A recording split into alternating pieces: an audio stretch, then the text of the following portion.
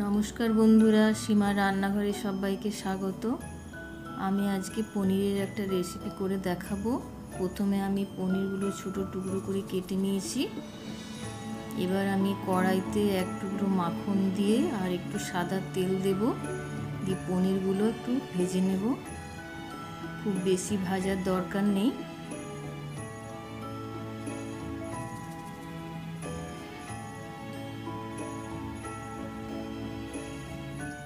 পনিরটা আমি আগে থেকে নুন জলে ভিজিয়ে রেখেছিলাম, তাই এখানে নুন দিলাম না। এবার এক পাশটা হয়ে গেলে আমি পনিরের সব টুকরোগুলো আরেকটা পিঠ উল্টে দেব।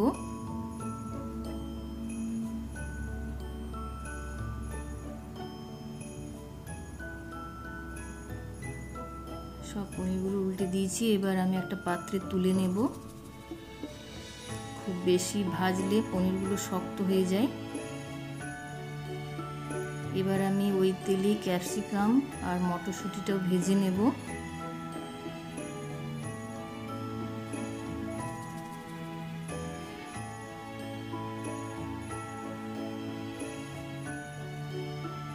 এবার আমি মটরশুঁটিটা দিয়ে দিচ্ছি।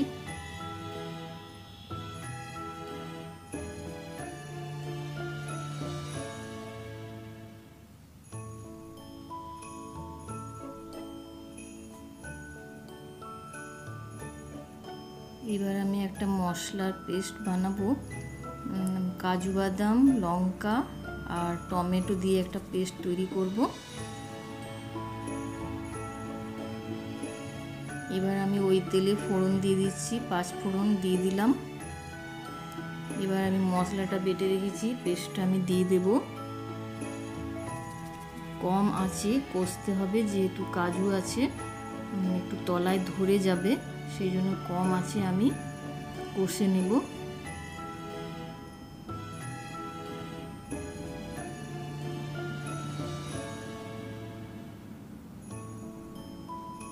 এবার আমি একটু লঙ্কার গুঁড়ো দিয়ে দিলাম, কাশ্মীরি লঙ্কার গুঁড়ো দিয়েছি, যেহেতু আমি কাঁচা লঙ্কা দিয়েছি, খুব ঝাল আমি করব না এটা। আর একটু হলুদ গুঁড়ো দিয়ে দিলাম। এবার দিয়ে দেব পরিমাণ মতো নুন।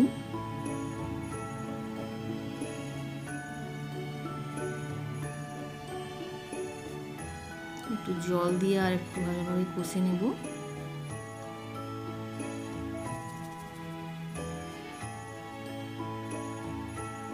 এবার ধনে পাতা আমি কুচো করে রেখেছি, ধনে পাতা দিয়ে দিলাম।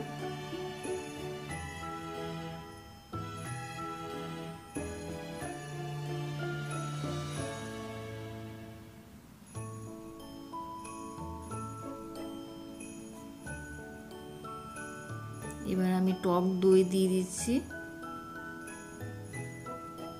টক দইটা দিয়ে খুব ভালোভাবে একটু কষে নেব।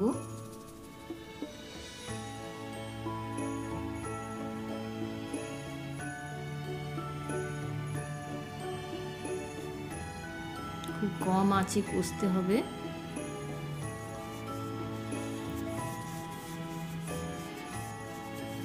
এবার দিয়ে দিলাম 1 চামচ কসুরি মেথি আর 1 চামচ মতো চিনি দিলাম, আর একটু গরম মশলার গুঁড়ো। এবার আমি ভেজে রাখা মটরশুঁটি আর ক্যাপসিকাম দিয়ে দিচ্ছি। মশলার সাথে আমি কষে নেব এগুলো।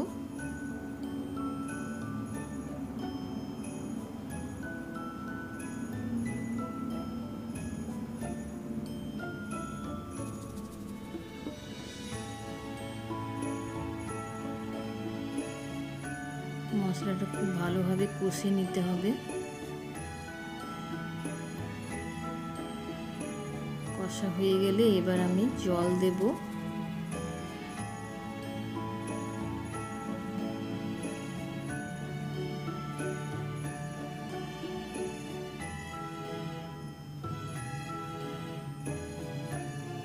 ভালোভাবে কষা হয়ে গেছে।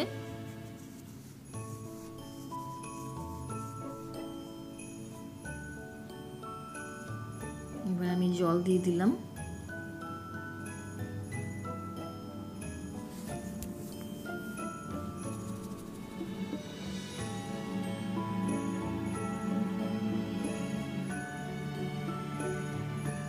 ফুটতে শুরু হবে তখন আমি ভেজে রাখা পনিরগুলো দিয়ে দেব।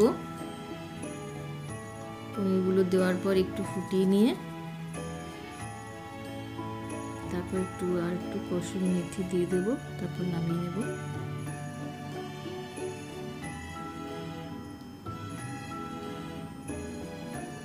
তৈরি হয়ে গেল আমার মটর পনির। কসুরি মেথি আর একটু দিয়ে দিলাম। এইভাবে বানিয়ে দেখবেন সবাই, কেমন হয়েছে জানাবেন। সবাই ভালো থাকবেন, সুস্থ থাকবেন। সবাইকে অনেক ধন্যবাদ।